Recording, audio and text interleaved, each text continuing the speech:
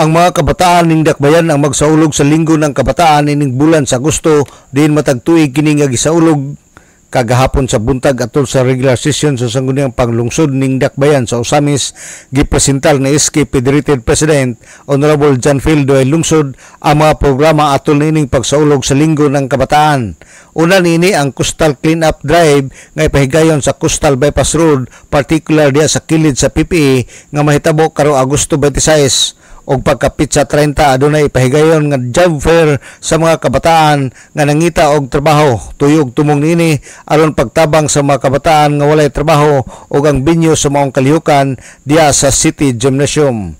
Og pagka alas 7 sa gabi adunay ipahigayon nga drama din diha kini ipasundayag sa Asinso Osamis Wellness Park nga salmutan sa matag eskwelahan nga gikan sa City High, Oxat, Misamis Institute of Technology, LaSalle University, Misamis University ug Medina College. Matud pa ni Duhay Lungsod nga ang drama nagtumong kini sa history sa Osamis gikan sa tuig 2000 hangtod nining kasamtangang tuig ug ratagan og kinabuhi sa drama kun unsay naabtan sa Osamis karon. Ang drama sa Dudong, and we will make a clarification on that. Kay basin unyag mo ana ang ubang maghilabot na sa previous administration. Now, what we are doing is about lang sa improvements kung unsa ang Osamis in terms of peace and order.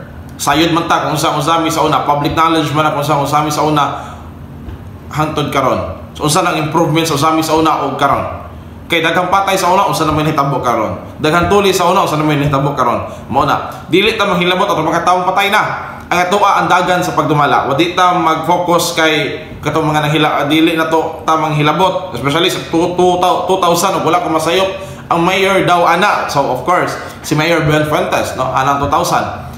So dili tamang hilabot kung how they kuan gyud sa Osamis. Ang atoa lang is unsa ang Osamis. So ang history lang ato ang tanawon para maklaro sa tanan. Dili man ta ingon ana kay ato man girespeto gihapon kung giunsa nila pagdumala ang sulod sa Osamis. Nagpabilin man gyapon ang atong respeto nila. Ang atoa lang kung unsa ang history sa Osamis sa una ug unsa na ang Osamis karon.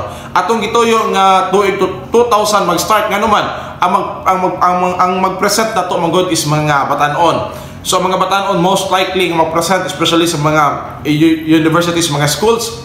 Sugod man sila na taon sa 2000, 2001, 2002, 2003. So man sa 2000 ta mag-start. Of course, ang mga script ato mang i-review daan kung wala ba masakitan o kiba ang dagan sa ilahang script. Si SK Federated President Honorable John Phil Duay Lungsod. Mapasalamaton si Duhay Lungsod sa mga eskwelahan nga mutampo sa ilang drama nga tuyo og tumong ang kasaysayan ning dakbayan.